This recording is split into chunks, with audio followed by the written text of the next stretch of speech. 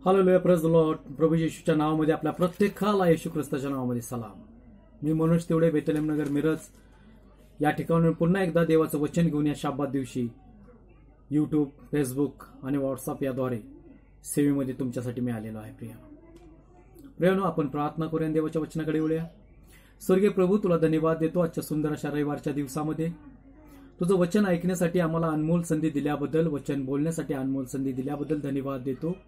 या वचनाद्वारे प्रभू तुझं गौरव करून घे आणि तुझ्या लोकांना प्रभू तू आशीर्वाद दे. या पृथ्वीवरती परमेश्वरा तू तुझी प्रीतीचे परमेश्वरा बारिश करण्यासाठी परमेश्वरा योग्य आहेस. येशू तुझं नाव योग्य आहे आणि आज त्या योग्य नावाला आम्ही धन्यवाद देत आहे.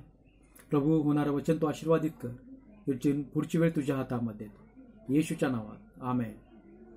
पुन्हा एकदा प्रभू येशूच्या नावामध्ये आपल्याला आज विचार करायचा आहे. मत्तई याचा 16वा अध्याय आणि 26व्या वचनामध्ये देवाचं वचन सांगतं, मनुष्याने सर्व जग मिळवले व आपला जीव गमावला तर त्याला काय लाभ?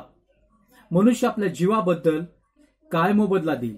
होय प्रियानो, हे वचन खूप आपल्याला लागतं किंवा भेडसावतं किंवा आपल्याला सावध करण्यासाठी योग्य आहे. प्रियानो, आपण तसंच आज करत आहे. प्रियानो, या जगामध्ये आज आपण सर्व काही मिळवत आहे पण आपल्या जीवाला आपण गमावत आहे. उदाहरणार्थ आपल्याला पाहायला मिळतं, आपण या पृथ्वी तलावरती पाहायला मिळतं, मनुष्य एकसारखं पैसा मिळवण्याच्या पाठीमागे, धन दौलत मिळवण्याच्या पाठीमागे लागलेला आहे. आणि आम्हाला पाहायला मिळतं त्यामध्ये इतका तो व्यस्त झालेला आहे की देव त्याला आठवत नाहीये, आध्यात्मिक जीवन त्याला आठवत नाहीये.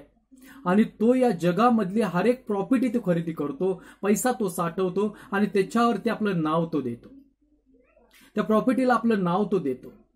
आणि सांगण्याचा अर्थ आम्हाला पाहायला मिळतं, जगामधल्या सर्व प्रॉपर्टींना तो मिळवतो, त्याच्यावरती नाव देतो. पण काय घडते बघा,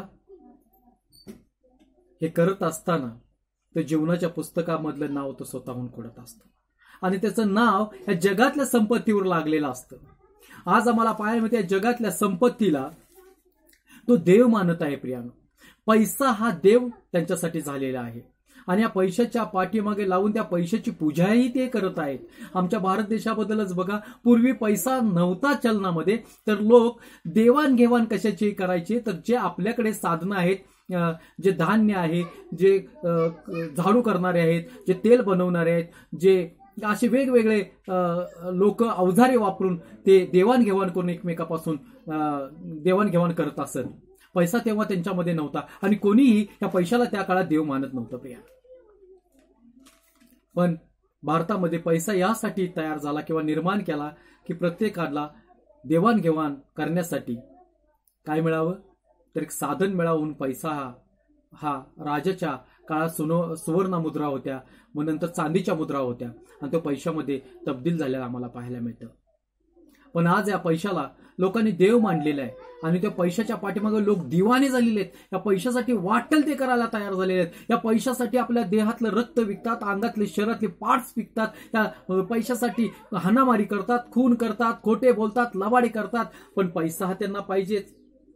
मग का मंदिरं बांधली गेलेली आहेत प्रियानो आज आमच्या देशामध्ये? का जगामध्ये मंदिरे बांधली गेलेली आहेत? जर पैसाला आम्ही पूजतो, त्याला देव मानतो, तर पैसा हा प्रत्येकाच्या खिशात आहे, प्रत्येकाच्या जवळ आहे. तो लहान मुलगा असू दे, गरीब असू दे, श्रीमंत असू, त्याच्याकडे पैसा आहेच. मग तो रुपये असू दे, नाहीतर 2 रुपये असू दे, नाहीतर 10 रुपये असू दे, नाहीतर 500, 100, 1000, 2000च्या नोटा असू दे, पैसा सर्वांकडेच आहे.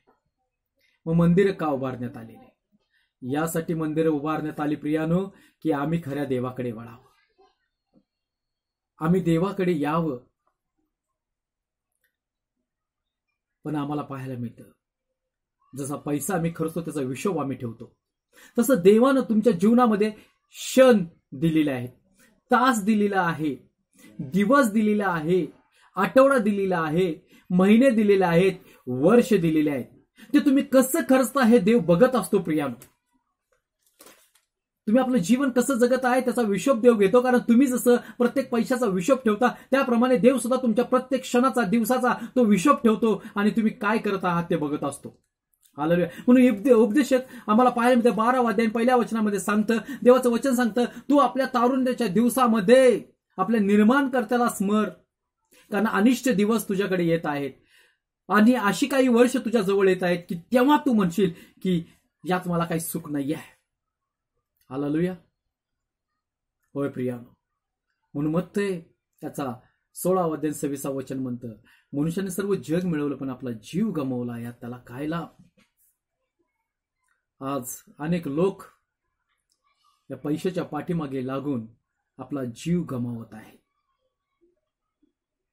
हालेलुया. म्हणून देव आठवण करून देतो की खऱ्या देवाकडे तुम्हाला वळायचं आहे, त्या देवाला जाणून घ्यायचं आहे. आम्हाला पाहायला मिळतं, पैसे जर खाली पडले तर आम्ही त्याला असं करतो, पैशाला लात लागली तर आम्ही पाया पडतो.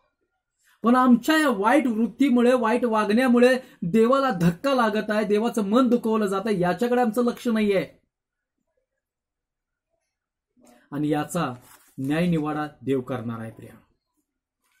देव आम्हाला सोडणार नाहीये, कारण देवाचं वचन आम्हाला अशा प्रकारे सांगतं की आम्ही याकोबाच्या पत्र याच्यामध्ये पाहिलं 4 अध्यायाने 14 वचनामध्ये देव म्हणतो, तुम्ही केवळ वाप आहात, आता ती वाप दिसते नंतर नाहीसे होते, तसं तुमचं माझं जीवन आहे, वापेसारखे. म्हणून देवाचं वचन सांगतं, धनवानांसाठी, तुमच्यासाठी, माझ्यासाठी जे देवाला सोडून पैशावर प्रेम करतात, पैशाला देव म्हणतात, त्यासाठी देव म्हणते, आहो धनवानांनो, तुम्हाला पुढे क्लेश होणार आहे, त्याविषयी तुम्ही रडा, आकांत करा. तुमचे धन नासलेले आहे, तुमच्या वस्त्रांना कसर लागलेले आहे, तुमचे सोने रुपे यावर गंज चढलेला आहे, तोच गंज जो आहे ते तुमच्या विरुद्ध साक्ष देणार आहे आणि त्यामुळे तुम्हाला अग्नीमध्ये टाकण्यात येणार आहे. हालेलुया. Praise the Lord. ज्या धनाला आम्ही देव मानून ठेवलेला आहे बघा, ज्या सोन्याला आम्ही महत्व देतो बघा, ज्या वस्त्रांना आम्ही महत्व देतो हे बघा, हे सर्व आमच्या विरुद्धच आता साक्ष देणार आहेत. हो, यानं ते घातलं पण देवा तुझा धन्यवाद केलेला नाहीये, यानं जे जवळ ठेवलं तरी त्यानं धन्यवाद केलेला नाहीये. आणि देव म्हणतो, आता ते अग्नी तुला सोडणार नाही, तर ते अग्नी तुझ्या देहाला खाईल. तुमच्या विरुद्ध तुम्ही जे करणाऱ्या गोष्टी आहेत त्याच साक्षी देणार आहे. आणि प्रत्येक गोष्टीचा हिशोब प्रभू येशूने ठेवलेला आहे. हर एक शब्दाचा, हर एक तुमच्या जीवनाचा हिशोब प्रभू येशूने ठेवलेला आहे. म्हणून यापासून जर तुम्हाला देवाकडे वळायचं आहे, या वाईटातून तुम्हाला उठायचं आहे, तर एक गोष्ट करणं प्रामुख्यानं गरजेचं आहे प्रियानो. आता तरी देवाकडे वळा. म्हणून यशाया 55 मध्ये देवाचं वचन सांगतं की थोडा काळ राहिलेला आहे, आता तरी देवाकडे वळा, त्याला हाक मारा, म्हणजे तो तुमचा बचाव करेल. म्हणून स्तोत्र संहिता 55:22 मध्ये देवाचं वचन सांगतं, तू आपला भार परमेश्वरावर टाक, म्हणजे तो तुझा पाठिंबा होईल, तुझं रक्षण करेल. पैसा तुमचं रक्षण करत नाहीये प्रियानो. विचार करा, जोपर्यंत तुम्ही तुमच्या अंगात ताकद आहे तोपर्यंत तुम्ही कसं वाटेल तसं तुम्ही राहता. पण देवाचं वचन उपदेशक मध्ये सांगतं, तारुण्यापणात तू तुझ्या निर्माणकर्त्याला स्मर, कारण असे दिवस येतील की तेव्हा तुला कुठे हालचाल करता येणार नाहीये. हे आजारपण आहे प्रियानो. आजारी पडल्यानंतर ना पैसा तुम्हाला वाचवतो, ना सोने नाणे तुम्हाला वाचवतात, कोणीच वाचवत नाही आहे. त्यामुळे आम्ही मृत्यूच्या समोर असतो प्रियानो. म्हणून आमच्यासाठी ही संधी आहे प्रियानो, जसं तुम्ही आहात तसं देवावरती प्रेम करा. मी असं नाही म्हणत की तुम्ही पैसा मिळवू नका, मिळवा. त्याद्वारे तुमच्या गरजा भागतात, त्याद्वारे तुमचं घर चालतं, त्याद्वारे अनेक कार्य चांगले होतात. पण पैशाला जेव्हा तुम्ही देवाच्या ठिकाणी ठेवता तेव्हा आमचा नाश होतो. का देवाचं वचन सांगतं, जे पैसा पैसा करतात त्यांनी पैशाने त्यांची तृप्तता होणार नाहीये. Praise the Lord.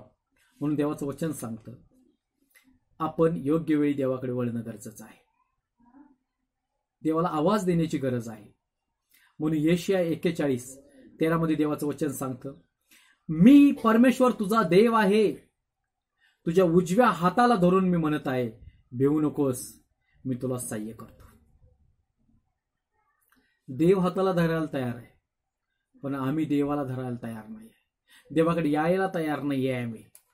म्हणून देवाकडे जाण्याचा प्रयत्न करा. म्हणून देवाचं वचन सांगतं यशाया 41:10, भिवू नकोस, कारण मी तुझ्या बरोबर आहे, घाबरू नकोस, कारण मी तुझा देव आहे.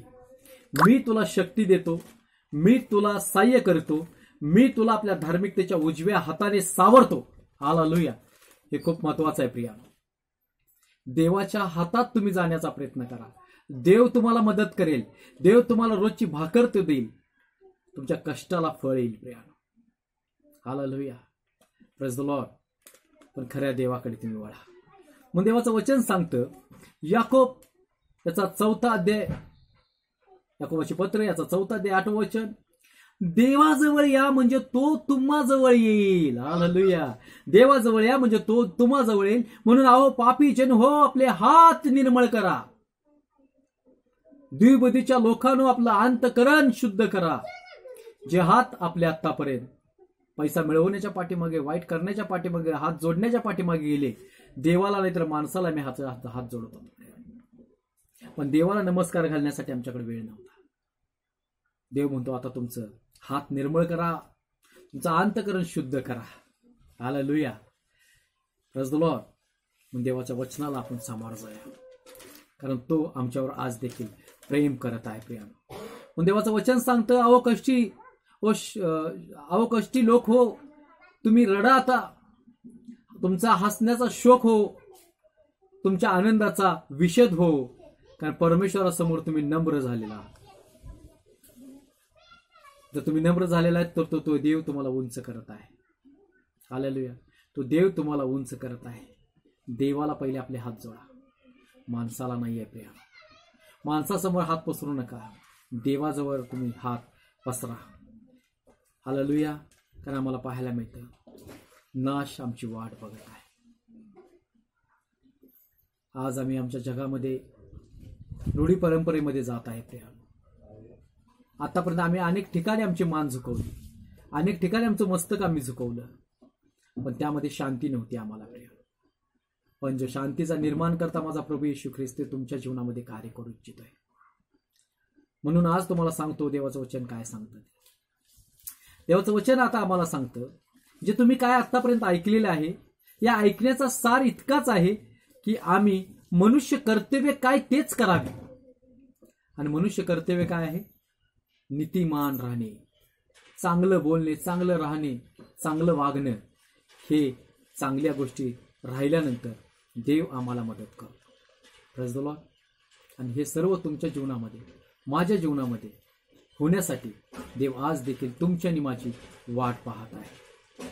तुमच्या आणि माझ्या जीवनामध्ये आज देखील तो कार्य करत आहे. म्हणून त्या देवाच्या समोर आपण येऊया, प्रार्थना करूया. स्वर्गीय प्रभू येशू, मी तुला धन्यवाद देतो सुंदर अशा वेळेबद्दल. ज्या तुझ्या प्रिय जनांनी हा मेसेज ऐकला त्यांच्यामध्ये तुझा आनंद, तुझी शक्ती कार्य करू दे आणि तुझं गौरव होऊ दे. या वचनाद्वारे त्यांच्या जीवनातल्या सर्व समस्या, योजना प्रवेश तुझ्या जीवनामध्ये येऊ दे. आणि प्रभू त्याचं मनन कर आणि त्या त्यांच्या जीवनातून तू काढून टाक. आणि केवळ तुझ्यावरती भरोसा ठेवण्यासाठी त्यांना तू शुद्ध आणि पवित्र कर. येशूच्या नावात आमेन. Praise the Lord.